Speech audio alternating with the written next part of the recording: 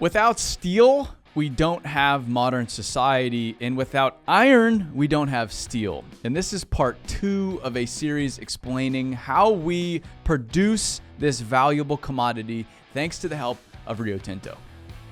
But if these Pilbara mines are so remote that a majority of the workforce must fly in and out, then how do they transport the hundreds of millions of tons of iron ore produced in this region to the worldwide market? Well, Rio Tinto not only owns and operates massive fleets of mining trucks and excavators, but also an enormous rail and export network to control the entire supply chain. So with that, let's start at the rail operations.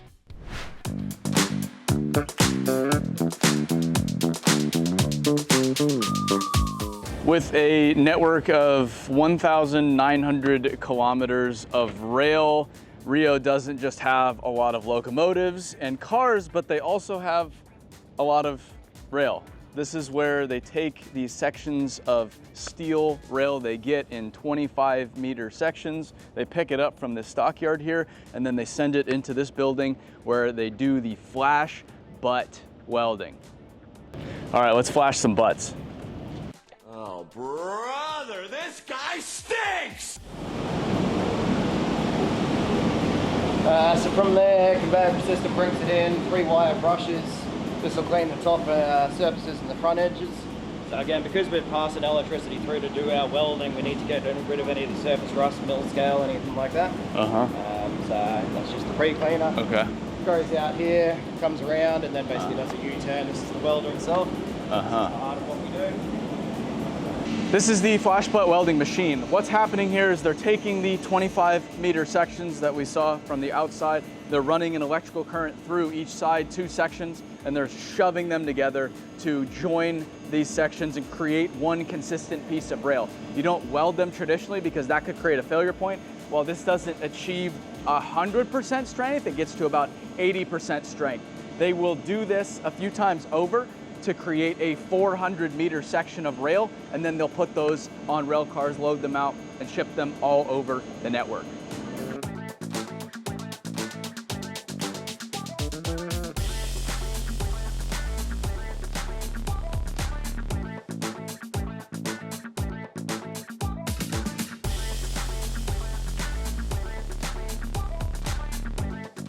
We've done the fine tuning. Now we have 27 cranes right in front of us, pick up 4 rails at a time. Each are 400 meters, so that's 1.6 kilometers of rail per lift, and they put it onto this specially designed flatbed rail car that will then be shipped out to somewhere in the middle of nowhere. Somewhere in the middle of nowhere. Since we were at a train yard, we obviously had to take a train ride. We hopped aboard one of their locomotives for a short trip back to the shop. Where have you been? We're just running all over. We flew in this morning from Perth, so. All right, so you've been busy. Since then, we've been running around. Yeah, we were at one of the mines yesterday, and now we're here. Fired up? Yeah. Yeah. I've actually never been in a locomotive before, so this is very exciting. Yeah. I feel like a 6-year-old. Welcome. Yeah, this is great. This is one of 3 locomotives in a row that typically makes up a iron ore train. All of these are autonomous, so they have drivers like you and behind me to move them around the yard, to move them through the network as needed, or if they get hung up on something. But ultimately, through the entire Pilbara, these trains are operated from the remote operation center out of Perth, many, many, many, many hundreds of kilometers away.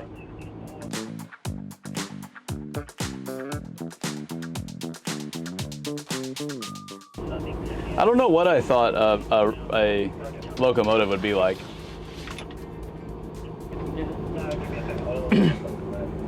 I am the captain now. Time to try out the party button. That is so cool. That is everything 6-year-old me ever wanted. It's very cool sometimes, right? A fun thing about trains is that they work in tandem with one another. So we're at the head of 3 locomotives, but he's controlling all 3 of them with that one set of controls. So one person technically can run an entire train of multiple locomotives from one set of controls.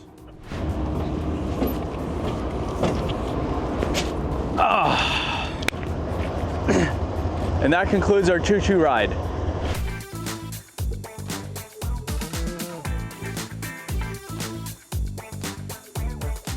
This is where Rio Tinto services their locomotives. They have over 220 of these diesel locomotives. Each train, each iron ore train has 240 cars, 3 of these locomotives moving about 30,000 tons of iron ore at a time. If you have a few hundred locomotives running around Western Australia non-stop, 24 hours a day, 7 days a week, there's a lot of servicing, a lot of fuel, a lot of greasing, a lot of maintenance that goes into keeping these up. And this is where Rio does it all just outside of Karratha. So every few hours, locomotives are in and out of here. Every 48 hours, the locomotives typically need service, fueling, grease, whatever it may be, checking those fluids. So these locomotives are in and out of here. This facility runs 24 hours a day. It never stops because the iron ore never stops moving. The rail operation is essential as it connects the mines to the coast. But then what? Well, we hopped in the car and drove about an hour to find out.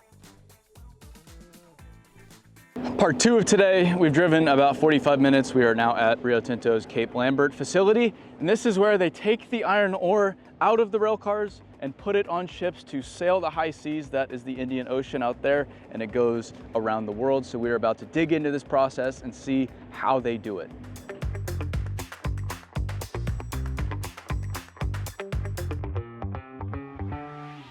So first step in the process, how do they unload these iron ore trains? Let's go find out. That right there under that steel cover is the rail dumper. This is an iron ore train, 240 cars like we discussed before, about 30,000 tons in this train. What's happening inside of there is it's clamping onto 2 cars at a time and spinning them over, dumping them into a hopper below, which is then feeding a conveyor that's headed to the next part of the process. This entire train can be unloaded in about 180 minutes, which is less than 1 minute per car. The train never comes undone. Every other car, it can spin on an axis. So that dumper, it spins the entire 2 cars on that same axis in line with the rest of the train, allowing everything to stay coupled together.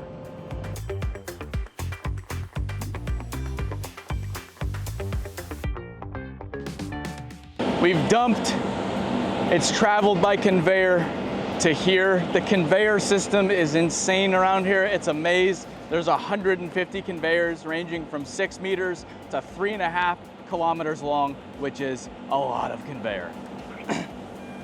Now we're putting it into stockpiles. That is the end of this conveyor. That's the stacker. It's stacking them up into these piles, about 6 trains to every pile. There's about 200,000 tons in a full pile, and they have the ability to have about 28 piles of different materials on this site at any one time. Now we start to get into the maybe trickier bit. This is the iron ore, and that right there is one of the many reclaimers that they have on site.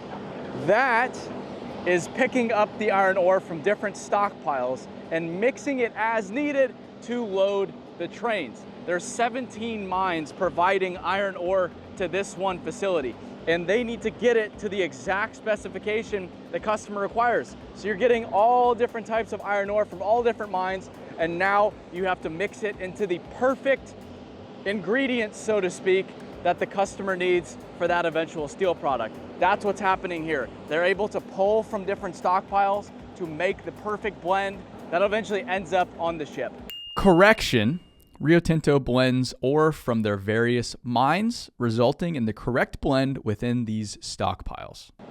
Now, as the coal, wrong material, as the iron ore gets transported through the train system and through the stacking system and through all of these conveyors, it grinds against itself, making a lot of fines. They don't want those fines for this premium Pilbara blend product. So after it goes through this reclaimer onto a conveyor, it runs through another screening process to get rid of any fines before it goes to the final step in the process, and that's the ship loading.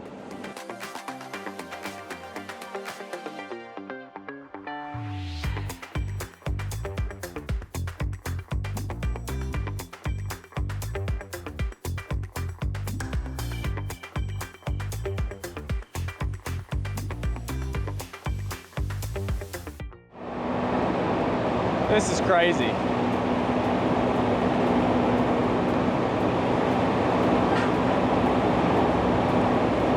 And now we're at the business end of this entire operation, the ship loading.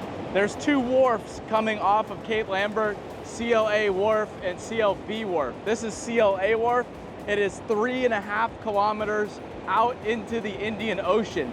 You can have 4 bulk carrier ships pull up at a time. There's 4 ship loaders, and they can be loading 4 ships every 24-hour period, each ship taking that entire 24 hours to load.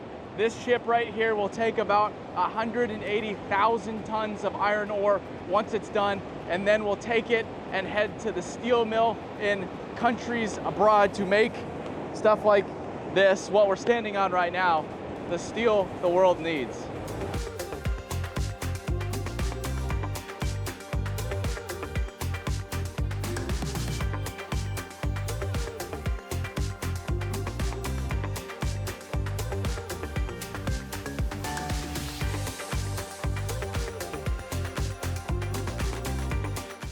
That is how Rio Tinto takes iron ore from all over the Pilbara, transports it by rail across WA, loads it onto ships at Cape Lambert, and gets it to all over the world from there.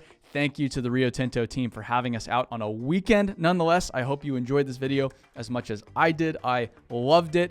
If you did like it, please subscribe for more videos like this coming soon. We'll see you next time. Stay dirty.